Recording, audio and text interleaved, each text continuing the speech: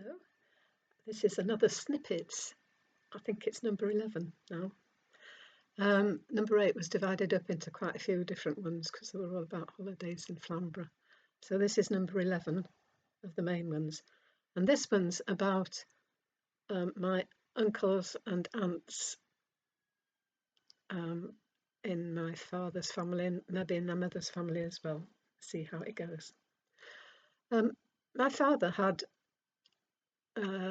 was one of a family of 6 children. One of his brothers, Theo, died when he was quite young, so I never knew him because it was long before I was born. But in order of age, there was my Auntie Ruth, Uncle John, Uncle Philip, my father, and Auntie Mary. So that's 5 of them. Auntie Ruth married Uncle Laurie, and they had 2 children, Theo and Lucy, that I used to see quite a lot of because my family and Auntie Ruth's family were very close and met up quite often. And I stayed close to Lucy and Theo right through throughout my life. They were good people, both of them. Then there was Uncle John, and he married Auntie Dorothy, and they had 2 children, Peter and Sheila. Peter I knew reasonably well because he often called in. And Sheila, we met once or twice when I was younger. We went round to their house. She married somebody called David. Then there was, where am I? Oh, Uncle Philip, and he married Auntie Millie. But my grandmother, Nanam Corrie, she didn't approve of Auntie Millie. She wasn't good enough for the family. I don't know why. And she sort of cut them out of her life. And my father followed what his mother did, and so I never saw Uncle Philip and Auntie Millie at all. I don't think. I can't remember doing anyway. Then there was my father, and then there was Auntie Mary. Auntie Mary married someone called Charles Tipping, but the marriage didn't last very long. She divorced him and moved back. They had lived in Bristol, but she moved back up to Leeds and lived not far from Auntie Ruth and Uncle Laurie, because they were 2 sisters and they were very close. Auntie Mary and Auntie Ruth, they were close to each other. So that's my uncles and aunts on my father's side. On my mother's side, there was just Uncle Harry, who married Auntie Sadie, who came from Ireland, and they had 2 children, Daphne and Ian, that I've mentioned in some of the other snippets. So I'll go back to Uncle John and Auntie Dorothy now, because I think I've talked about Auntie Ruth and Uncle Laurie a bit. I can't remember in some of the other snippets. You'll have to tell me if I'm missing anybody out, please. Right, Uncle John, this is what I wanted to talk about today. Uncle John had an interest in model railways. And one of my strongest memories, and a very happy memory, was one time we went to visit Uncle John and Auntie Dorothy.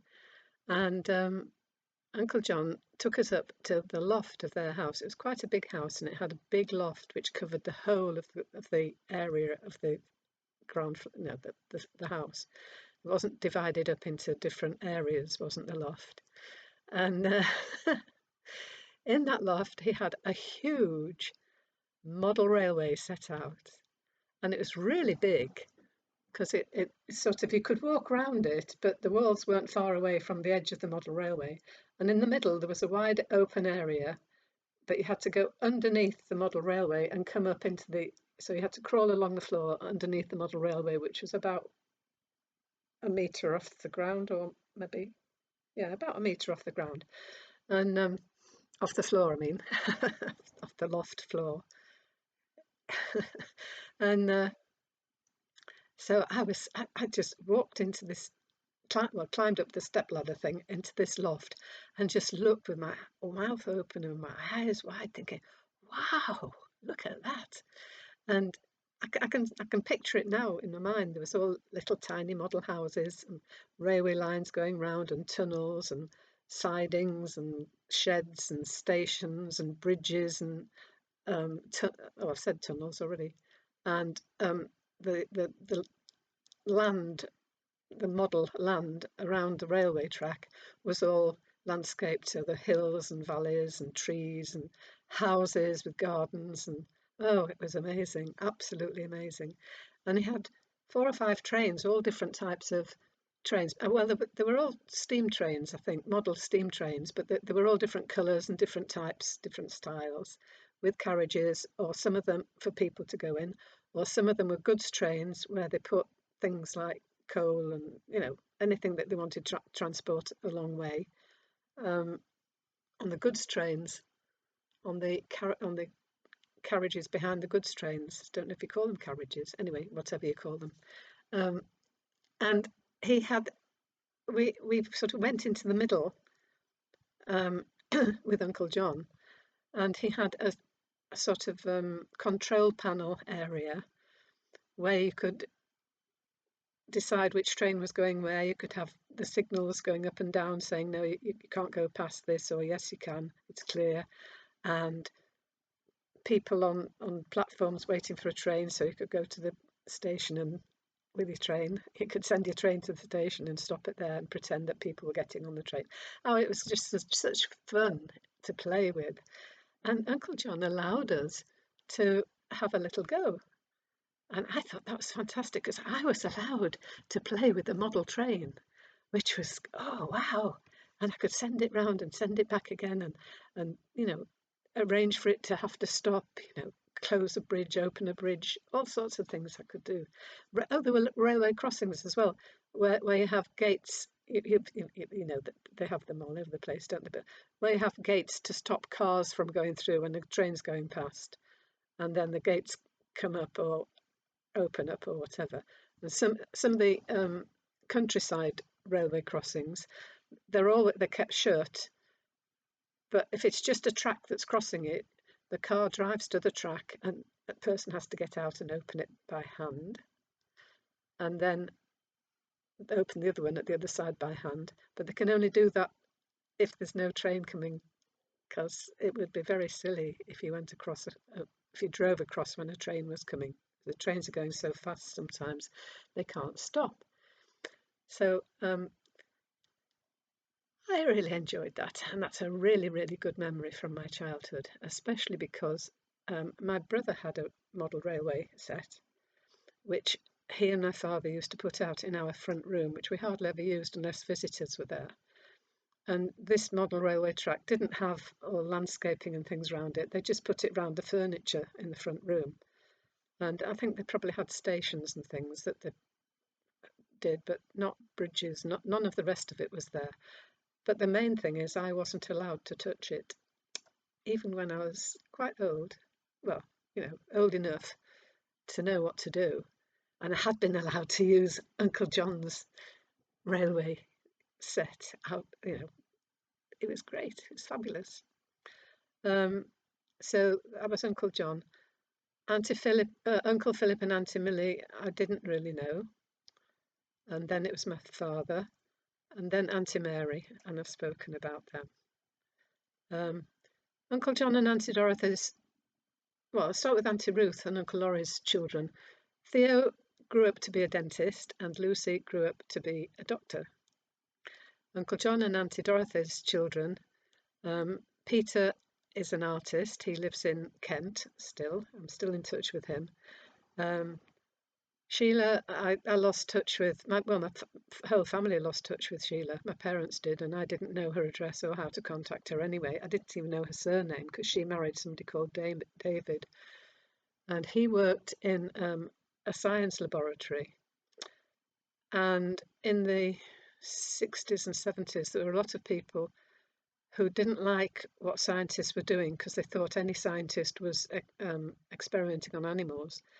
And David wasn't working in that sort of a place, but he worked in a science laboratory. And I remember my father telling us that their house had been, people had thrown rubbish and things at their house and painted things on about cruelty to animals because David worked in a science lab. but that's not why we lost contact with them. That was just a little. That's about all I know about Sheila and David. Strange things that you remember. Anyway, that was them. Uncle Harry and Auntie Sadie's children. Auntie Sadie was really nice, but I didn't know her very well. She was a very good cook, lots of cakes and things. Um, Uncle Harry taught physics at Lawnswood High School. He I really loved him. He was great because he would if he was at home and when I visited, I mean, he would sit and chat with me, and we had lots and lots in common in our interest in science and maths and so on. So he was super, and Auntie Sadie was lovely, and Ian and Daphne. Ian went on to do a geography degree at Oxford, Keble College, I think it was, and then he came to London at the same time as I was there, and he was doing a PhD, and I was doing my BSc degree.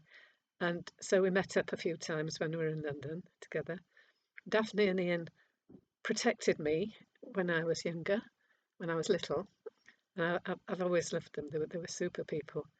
Um, Ian, when he qualified, he also did a qualification in town and country planning. And when he'd finished qualifying, he went to live in America, and he still lives there in the same house in Georgia, Athens, Georgia, in the United States. And we write to each other. We haven't seen each other since he moved to America. Um, so that was that. Daphne married Jeff Jennings when she was about 17 or 18, I think. And no, she must have been 19. She was 19, yeah, just worked it out. And they had 3 children.